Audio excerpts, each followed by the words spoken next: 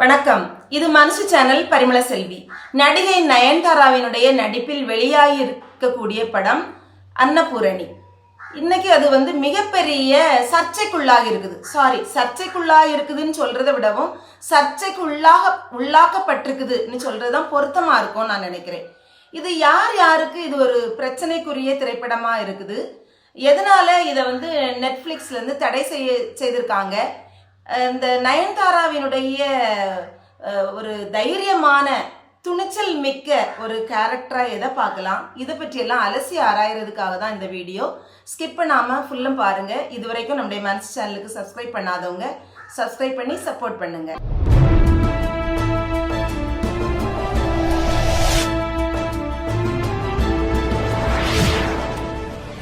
Lady super star Nayanthara மற்றும் ஜெய் ஆகியோருடைய நடிப்பில் வெளியாகி வந்திருக்கக்கூடிய திரைப்படம் தான் இந்த அன்னபூரணி. அன்னபூரணிங்கிறதுக்கு தமிழ் பொருள் என்ன அப்படின்னா உணவின் தெய்வம். இந்த திரைப்படம் இன்னைக்கு மிகப்பெரிய ஒரு சவாலை சந்திச்சுட்டு இருக்கக்கூடிய ஒரு சூழ்நிலை வந்திருக்குது அப்படின்னா நிச்சயமா இதனுடைய கதையை நம்ம கொஞ்சம் தெரிஞ்சிருக்க வேண்டியது அவசியமா இருக்குது. இந்த கதையை பொறுத்த வரைக்கும் அன்னபூரணி இங்கக்கூடிய அந்த கேரக்டர்ல நடிகை நயன்தாரா நடிச்சிருக்காங்க. இது ஒரு ஆச்சாரமான பிராமண குடும்பத்துல தான் அந்த அன்னபூரணி பிறக்கிறாங்க. அவங்க சின்ன வயசா இருக்கும்போதே அந்த உணவின் மீது அவங்களுக்கு அவ்வளோ ஒரு நாட்டம், உணவு சமைப்பதன் மீது விதவிதமாக ரொம்ப டேஸ்டியா உணவு சமைக்கிறதுல அவங்களுக்கு ஒரு அலாதி பிரியம். அதனால அவங்களுடைய கனவு அல்லது ஆசை அல்லது லட்சியம் எதுவாக இருக்குது அப்படின்னு சொன்னா மிகப்பெரிய ஷெஃப் ஆகணும், அதாவது சமையல் கலை வல்லுநர் ஆகணும், சமையல் கலைஞர் ஆகணும் அப்படிங்கிறது தான் அவங்களுடைய ஆசையா இருக்குது. ஆனால் அவங்க அப்பா அதுக்கு சம்மதிக்கலை. அதனால அவங்க வீட்டை விட்டு வெளியேறி தன்னுடைய லட்சியத்தை எப்படி அடையணும் அப்படிங்கிறதுல ரொம்ப தீவிரமா இருந்து அந்த லட்சியத்தை அடையிறதுக்காக போராடுறாங்க. அப்போ அதுக்காக முதல் கட்டமாக அவங்க என்ன செய்கிறாங்க அப்படின்னு சொன்னால் ஒரு ஹோட்டல் மேனேஜ்மெண்ட் காலேஜில் சேர்ந்து படிக்கிறாங்க. நிறைய ப்ராக்டிக்கல் செஷன் இருக்கும் இல்லையா, விதவிதமாக எல்லா வகையான உணவுகளும் சமைக்க வேண்டியது வரும், வெஜ் நான்வெஜ் எல்லாமே. அப்போ ஒரு கட்டத்தில் அவங்க நான்வெஜ் சமைக்க வேண்டி இருக்குது. அது அவங்களுக்கு பழக்கம் இல்லாத ஒரு விஷயமா இருந்ததுனால அவங்களுக்கு ஒரு சின்ன தயங்கி நிற்கிறாங்க அதை சமைக்கிறதுக்கு. கறி சமைக்கிறது அவங்களுக்கு பழக்கம் இல்லாத ஒன்று, அதில் ஒரு தயக்கம். அப்போ அவங்க கூட படிக்கக்கூடிய அவங்க நண்பர் அந்த ஜெய் நடிச்சுக்கூடிய ஃபர்ஹான்ங்கக்கூடிய கதாபாத்திரம், அவர் சொல்றாரு, இதுக்கு போய் நீ தயங்கி நிற்கிறது சரியா, ராமர் கூட கறி சாப்பிட்ருக்காரு, வால்மீகி ராமாயணத்துல வால்மீகி குறிப்பிட்டிருக்கிறாரு, வனவாசத்தின் போது ராமரும் லட்சுமணனும் வேட்டையாடி கொண்டு வந்த கறி, அதாவது மாமிசங்களை சீதாவோடு சேர்ந்து சாப்பிட்டாங்க அப்படின்னு இருக்குது அப்படின்னு சொல்லி அவர் ஒரு ஆதாரத்தை ராமாயணத்திலிருந்து எடுத்து கொடுத்துருக்கிறார். அப்போ அது கேட்கும்போது அவங்களுக்கு அது கன்வின்ஸ் ஆகிருக்காங்க. அவங்க நல்லா சமைக்கிறாங்க. அப்புறம் அவங்க விதவிதமாக நல்லா இந்த நான்வெஜ் எல்லாம் சமைக்கிறாங்க. இது அது கதை. அப்போது இந்த திரைப்படம் நம்ம தமிழக திரையரங்குகளில் எல்லா திரையரங்குகள்லையும் சூப்பராக ஓடி இருக்கு. அந்த தமிழக திரைப்பட தணிக்கை குழு இதற்கு சான்றிதழும் வழங்கியிருக்குது. அவ்வளோ ஒரு நல்ல திரைப்படம், எல்லாரும் பார்க்கலாம், எந்த விதமான தடையும் இல்லை அப்படின்னு. உலகத்தில் உள்ள எல்லா திரையரங்குகள்லையும் அது ஓடி இருக்குது. அப்போ ஆனால் இங்கே உள்ள மற்ற இந்துக்கள் யாருக்குமே அது பிரச்சனையாக தெரியலை. அவர்களுடைய மனதை அது புண்படும்படியாகவும் இருக்கலை. அவங்க யாரும் கம்ப்ளைண்ட் பண்ணவும் இல்லை. அவங்களுக்கு ராமர் கறி சாப்பிட்டா என்ன சாப்பிடாட்டா என்ன அவங்களுக்கு அது ஒரு பெரிய விஷயமே இல்லை இல்லையா. கறிங்கிறது ஒரு விஷயமே இல்லை. இங்கே இருக்கக்கூடிய நம்ம நண்பர்களை பார்த்தா தெரியும், அவங்களுக்கு இந்து மதம் அப்படிங்கிறது அவங்களுடைய மார்க்கத்திற்கான ஒரு வழியே தவிர மிகப்பெரிய மற்ற இந்த ஆச்சாரங்கள் இதிலெல்லாம் பெரிய கான்சன்ட்ரேட் பண்ணக்கூடிய ஒரு வழக்கம் நம்ம மத்தியில் பெரும்பான்மையான இந்து நண்பர்கள்ட்டையும் இல்லை அப்படின்னு தான் சொல்லலாம். அப்போ இது கடந்த வாரம் இந்த திரைப்படம் ஓடிடி தளத்தில் நெட்ஃப்ளிக்ஸில் வெளியாகிருக்குது. அப்போ அது வெளியாகி ஓடிட்டு இருக்குது. அப்போ மும்பையில் ஒருத்தர் கம்ப்ளைண்ட் பண்ணியிருக்காரு. என்ன அப்படின்னா, இது இந்து மத உணர்வை புண்படுத்தும் வகையில் எடுக்கப்பட்டிருக்குது, லவ் ஜிஹாத்தை ஊக்குவிக்கும் வகையிலும் இது எடுக்கப்பட்டிருக்கு அப்படின்னு சொல்லி அவர் கம்ப்ளைண்ட் பண்ணியிருக்கிறாரு. உடனே அந்த நெட்ஃப்ளிக்ஸும் நாங்கள் அப்படிப்பட்ட காட்சிகள் இருந்தால் மனம் வருந்துகிறோம், அதை எடிட் செய்யும் வரை இந்த திரைப்படம் நெட்ஃப்ளிக்ஸில் இருந்து அகற்றப்படும் அப்படின்னு சொல்லி அதை வந்து அகற்றிட்டாங்க. ஏன்னா அந்த ஆள் இந்த திரைப்படத்தை தடை செய்யணும்னு சொல்லி புகார் கொடுத்துருக்காரு. அவங்களும் அதை நீக்கிட்டாங்க. இப்போ வந்து நம்மளுக்கு ஒரு சில கேள்விகளும் சந்தேகங்களும் எழும்புது. அதாவது ஒரு ஒரு திரைப்படத்துல ஒரு கதாபாத்திரம் ஒரு ஆதாரத்திற்கு ராமாயணத்தில் இப்படி இருக்கிறது என்று சொன்னதை மத உணர்வை புண்படுத்தும் வகையில் இருக்குது அப்படின்னு பேசப்படுது. அப்படின்னா இன்னைக்கு அதே அவாள்கள் டிஸ்கஸ் பண்ணும்போது ராமர் மாமிசம் சாப்பிட்டார், ராமர் மாமிசம் சாப்பிட்டார், ராமர் நான்வெஜ் சாப்பிட்டார். ராமர் நான்வெஜ் சாப்பிட்டிருக்கார், தெளிவா ராமாயணத்துல இருக்கு. ராமர் நான்வெஜ் சாப்பிட்டிருக்கார், தெளிவா ராமாயணத்துல இருக்கு. அப்ப அதெல்லாம் இவங்களுக்கு தெரியலையா? அது வேற யாரும் இல்லை, ரங்கராஜ் பாண்டே, மிஸ்டர் ரங்கராஜ் பாண்டேயும் ஆன்மீக பேச்சாளர் ஸ்ரீ துஷ்யந்த் ஸ்ரீதரும் ரொம்ப அளவலாவிட்டு இருக்காங்க. அதெல்லாம் அப்படி சிரிச்சுக்கிட்டே சொல்றாங்க. இந்த வெஜிடேரியன் வாரியர்ஸ்லாம் இருக்கா பாருங்க. பாருங்க, ராமர் நான்வெஜ் சாப்பிடல, வெஜிடேரியன் தான் சாப்பிட்டார். ஆத்துக்காரி சாப்பிட்டார். அவர் அந்த ஆன்மீக பேச்சாளர் சொல்றாரு, ராமர் மாமிசம் சாப்பிட்டார் என்பதை எல்லா வேத அறிஞர்களும் ஒத்துக்கொள்வார்கள் அப்படியே சொல்றாரு. அப்போ அவங்களுக்கு அது ஒரு பெரிய பொருட்டாவே இல்லை அவங்க பேசுறது. அப்ப இது இங்க ஒரு முஸ்லிம் கேரக்டர் ஃபர்கான் அப்படிங்கிறது வந்து ஒரு இஸ்லாமிய கதாபாத்திரம். அவங்க இதை சொன்னதுதான் இவங்களுக்கு பிரச்சனையா இருக்குதா? இனி இன்னொரு விஷயம் எடுத்துக்கிடணும். இந்த நயன்தாராவும் ஜெய்யும் 2 பேரும் இதுல நடித்து தான் கொடுத்துருக்காங்களே ஒழிய அதில் வரக்கூடிய வசனங்கள் எதுவும் அவர்களுடைய வசனங்கள் இல்லை. அதை யாரு டைரக்ட் பண்ணாங்களோ அந்த டைரக்டருடைய வசனங்கள் தான் அந்த வசனம். அப்போ அந்த டைரக்டரின் டைரக்ஷனில் உருவான அன்னபூரணி படம் தடை செய்யப்பட்டதுன்னு தான் போடணும் இல்லையா? அதை விட்டுட்டு நயன்தாராவின் அன்னபூரணி தடை செய்யப்பட்டுள்ளது, நயன்தாராவின் அன்னபூரணி தடை செய்யப்பட்டுள்ளது சொல்றதுக்கு காரணம் என்ன? அப்ப நயன்தாரா பேசிக்கலி அவங்க ஒரு கிறிஸ்டின், அதனாலயா? ஏன்னா இவங்க இதுக்கு முன்னாடி நிறைய அம்மன் கேரக்டர்லாம் நடிச்சிருக்காங்க. அப்பெல்லாம் இவங்களுக்கு எந்த விதமான ஒரு பிரச்சனையுமே இருந்ததில்லை. முக்குத்தி அம்மன் அந்த திரைப்படம் அவ்வளவு சூப்பரா இருக்கும், அவ்வளவு அழகா நடித்து கொடுத்துருக்காங்க. விரதம் இருந்தெல்லாம் அம்மன் கேரக்டர்ல நடிச்சிருக்காங்க. அப்பெல்லாம் நயன்தாராவை கொண்டாடினவங்க இப்ப இந்த கேரக்டர்ல அவங்க நடிக்கும்போது அதை கொச்சைப்படுத்தக்கூடிய விதத்துல அவர்களுடைய 75வது படம் அது வெற்றி அடையக்கூடாதுங்கக்கூடிய எண்ணத்திலே அப்படி பண்றாங்க அப்படிங்கக்கூடிய ஒரு சந்தேகமும் நமக்கு எழுமதான் செய்யுது.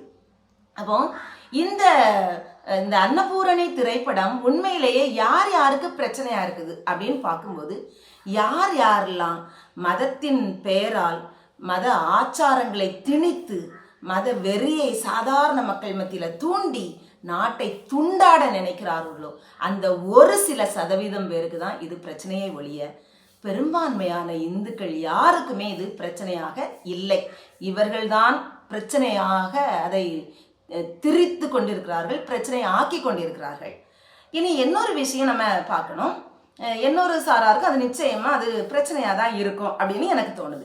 என்ன அப்படின்னா, பெண்களை முடக்கி போட நினைக்கிறவங்களுக்கும் சமூக கட்டுப்பாடுகளை பெண்கள் மீறக்கூடாதுன்னு நினைக்கிறவங்களுக்கும் நிச்சயமா இந்த திரைப்படம் வந்து ஒரு நெருடலாக ஒரு இடைஞ்சலாக தான் இருக்கும். அன்னபூரணிங்க கூடிய கதாபாத்திரம் அவர்களுக்கு இடைஞ்சலாகத்தான் இருப்பாள் அப்படிங்கிறது என்னுடைய அசைக்க முடியாத ஒரு எண்ணம்.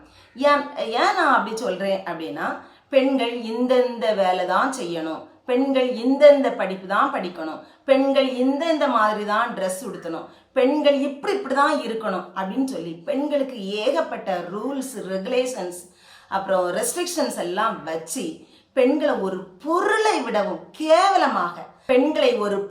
விடவும் கேவலமாக நடத்தக்கூடிய கலாச்சாரத்தை மக்கள் மத்தியில் பரப்பி கொண்டிருப்பது வந்து இந்த மனு சாஸ்திரம் அப்படிங்கக்கூடியதுதான். அதை வந்து அங்க உண்மை இருக்கு, இது பெண்களுடைய மனதை புண்படுத்துகிறது என்று சொன்னால் அவங்க அதெல்லாம் மாத்திடுவாங்களா? மாற்ற மாட்டாங்க.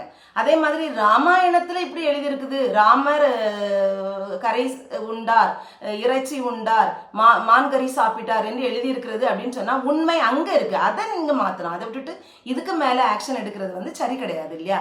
அப்போ இந்த பெண்ணடிமை கலாச்சாரத்தை ஆணாதிக்க சிந்தனையை தூக்கி பிடிச்சு நிறுத்திட்டு இருக்கக்கூடியவங்களுக்கும் அதை எப்படியாவது திரும்பவும் தமிழ்நாட்டில் இப்படிப்பட்ட ஒரு கலாச்சாரத்தை திணிக்கணும், மக்கள் மத்தியில பெண்களை வந்து அடக்கி ஆளணும் அப்படின்னு நினைக்கக்கூடியவங்களுக்கும் நிச்சயமா அன்னபூரணிங்க கூடிய ஒரு பெண்ணினுடைய அந்த ஷெஃப் கேரக்டர்ல அது வந்து ஒரு நெருடலை தான் தரும். ஏன்னா நம்முடைய பெண்கள் சமைக்கலாம், எங்க சமைக்கலாம்? வீட்டில் சமைக்கணும். அவங்க காலை எழும்புனதுலேருந்து நைட் தூங்க போகிறது வரைக்கும் சமைக்கணும். அந்த வீட்டில் இருக்கக்கூடிய எல்லாருக்கும் வாய்க்கு ருசியா, நாக்குக்கு இதமா, சுட சுட எல்லாம் பலகாரம் அது இதுன்னு செய்து போட்டுட்டே இருக்கணும். அதுக்கு தான் பெண் அப்படின்னு சொல்லப்படுகிறது. இங்கே உள்ள கலாச்சாரம் கட்டுப்பாடுகள் அப்படி தான் வச்சுருக்கு. ஆனால் இதே பெண் ஒரு நூற்றுக்கணக்கான பேர் வரக்கூடிய ஒரு ஃபங்க்ஷனில் ஒரு சமையல்காரர் மாதிரி இந்த பெண் சமைத்து போடுறதுக்கு இவர்களே வந்து நம்ம அனுமதிப்போமா? நிச்சயமாக அனுமதிக்க மாட்டோம். இந்த சமூகம் அப்படி அனுமதிக்காது. ஆனால் அங்கே அதை சமைச்சு கொடுக்கறதுக்கு யார் வருவாங்க? சமையல்காரர், ஒரு ஆண் வருவார்.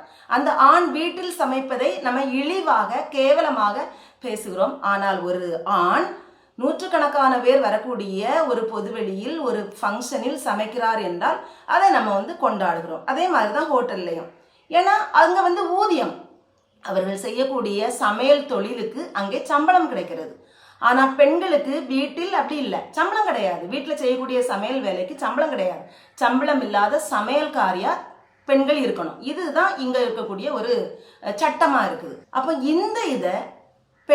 இந்த பெண் அதாவது அன்னபூரணி கூடிய கதாபாத்திரம் மீறுகிறது. அந்த ஒரு ஷெஃபாக வர வேண்டும், அது ஒரு கனவு, அதை அடைகிறார். அப்போ இதெல்லாம் அவங்க யோசித்தே பார்க்க முடியாது, இல்லை ஜீரணிக்கவே முடியாது. இப்படி ஒரு கேரக்டர், இதை நயன்தாரா எடுத்து நடித்திருக்கிறார்களே, இப்படி கூட அவங்களுக்கு கோபம் வரலாம். அதனால தான் நயன்தாராவின் மீது பயங்கரமான கடுப்பில் இருக்காங்க அப்படின்னு எனக்கு தோணுது. இந்த உண்மையிலேயே இந்த ஒரு கதாபாத்திரத்தை இப்படியும் பெண்கள் இந்த வேலையும் செய்ய வேண்டும் அப்படின்னு சொல்லி பெண்களுக்கு இன்னும் ஒரு உலகத்தை, அடுத்த கட்ட உலகத்துக்கு நீங்கள் முன்னேறி செல்ல வேண்டும் என்ற ஒரு நிலையை பெண்களுக்கு உணர்த்தி இருக்கக்கூடிய இந்த கதாபாத்திரத்தை துணிச்சலுடன் ஏற்று நடித்திருக்கக்கூடிய நயன்தாராக்கு ஹேட்ஸ் ஆஃப், பாராட்டுகள். இன்னொரு விஷயத்துக்கு நயன்தாராவை பாராட்டியே ஆகணும். அதாவது பெண்கள் மாதவிடாய் காலங்களில் பயன்படுத்தக்கூடிய சானிட்டரி நாப்கின், அதை பற்றி வெளியில் வாய் திறந்து சொல்கிறதுக்கே எல்லாரும் கூச்சப்படக்கூடிய ஒரு நிலை இப்போவும் அப்படி தான் இருக்குது. எவ்வளவுதான் படிப்பறிவுலெல்லாம் முன்னேறி வந்தாலும் இன்றைக்கும் கடையில் போய் நின்றுட்டு அது வேணும் அண்ணா, அது ஒன்று வேணும் தாங்க, ஒரு பேக்கெட் தாங்க, அப்படி கேட்கக்கூடிய ஒரு நிலை தான் பெண்கள்கிட்ட இருக்குது. கூச்சம். அதே மாதிரி மாதவிடாய் காலங்களில் அந்த வீட்டில் உள்ள ஆண்களுக்கு முன்னாடி அந்த பெண்கள் தெரிந்திடவே கூடாது, வந்துடவே கூடாது. இப்படி இந்த காலத்திலும் கட்டுப்பாடுகள் இருக்க தான் செய்யுது. இந்த ஒரு நேரத்தில் பெண்கள் அவங்க பயன்படுத்தக்கூடிய சானிட்டரி நாப்கின் அது எப்படி இருக்கணும் அப்படிங்கக்கூடிய ஒரு விழிப்புணர்வை தரக்கூடிய விதத்திலையும், விமன் எம்பவர்மெண்ட்டை ஊக்குவிக்கக்கூடிய விதத்திலும் கோமதி அப்படிங்கக்கூடிய ஒரு பெண் உருவாக்கி இருக்கக்கூடிய ஃபெமினைன் அந்த சானிட்டரி நாப்கின்க்கு வந்து ப்ரமோட் பண்ணுறதுக்கு நம்ம நயன்தாரா வந்து இறங்கியிருக்கிறாங்க. அவங்க நினச்சிருந்தா, அதாவது நடிப்புலையும் சரி, பணத்துலேயும் சரி, புகழ்லையும் சரி கொடிகட்டி பறக்கக்கூடிய நடிகை நயன்தாரா. அவங்க கோடிக்கணக்கில் ஒவ்வொரு திரைப்படத்திலையும் நடித்து சம்பாதிச்சிட்டு இருக்காங்க. அவங்களுக்கு பணம் மட்டுமே குறிக்கோளாக இருந்திருந்தா ஏதாவது விளம்பர படங்களில் நடித்து அவங்க கோடியாக சம்பாதிச்சிருக்கலாம். அதெல்லாம் விட்டுட்டு எதற்காக இந்த ஃபெமினைன் கூடிய பெண்கள் பயன்படுத்தக்கூடிய சானிட்டரி நாப்கினை ப்ரமோட் பண்ணக்கூடிய வேலையில் இறங்கணும்? அதிலுமே அவர்களுடைய துணிச்சல், அவர்களுடைய வெளிப்படையான ஒரு குணத்தை நம்ம பார்க்க முடியுது. பெண்கள் இதுக்கெல்லாம் கூச்சப்படவே கூடாது. இது வந்து இயல்பாக, இயற்கை, நம்முடைய உடலில் நிகழக்கூடிய ஒரு இயற்கை. இதை பற்றி கூச்சப்பட வேண்டிய அவசியமே இல்லை. இதை வந்து வெளிப்படையாக இருக்கிறதுல தப்பு கிடையாது அப்படின்னு சொல்லி பெண்கள் எவ்வளவு சுத்தமாக எப்படிப்பட்ட சானிட்டரி நாப்கின் பயன்படுத்தினால் அவர்களுடைய உடலுக்கு ஆரோக்கியமாக இருக்கும் அதை சொல்லி கொடுக்கணும் அப்படிங்கக்கூடிய விதத்தில் இன்னைக்கு வந்து நயன்தாராவினுடைய செயல்பாடை நம்ம பார்க்குறோம். ஸோ நயன்தாராங்கக்கூடியவங்க வந்து வெறும் நடிகை இல்லை, நடிப்பையும் தாண்டி உண்மையாகவே ரீலில் இல்லை ரியல் கேரக்டர்லையும் பெண்களுடைய எம்பவர்மெண்ட்டுக்காக உழைக்கக்கூடிய ஒரு பெண்ணாகவும், பெண்களை அடுத்த கட்டத்தை நோக்கி முன்னேற்றி செல்வதற்கு உதவி செய்யக்கூடிய ஒரு தூண்டுகோலாக இருக்கக்கூடிய பெண்ணாகவும் பார்க்க முடிகிறது. ஸோ நயன்தாராவுக்கு மனுஷி சேனலுடைய மனமார்ந்த பாராட்டுகள். 1000 தடைகள் வரலாம், அவை எல்லாவற்றையும் தகர்த்து விட்டு தடைகளை தாண்டி நம்ம பயணித்தோம் என்றால் நிச்சயமாக நம்முடைய வாழ்வு ஏற்றம் பெறும். தொடர்ந்து அதற்காக உழைப்போம். தேடும் விடியல் தூரமாயில்லை. இந்த வீடியோ உங்களுக்கு பிடிச்சுக்கணும் நம்புறேன். பிடிச்சிருந்தா லைக் பண்ணி ஷேர் பண்ணுங்க. இதுவரைக்கும் நம்முடைய மனசு சேனலுக்கு சப்ஸ்கிரைப் பண்ணாதவங்க சப்ஸ்கிரைப் பண்ணி சப்போர்ட் பண்ணுங்க. மீண்டும் சந்திப்போம் அடுத்த வீடியோவில். உங்களிடமிருந்து விடை பெறுவது பரிமள செல்வி. நன்றி.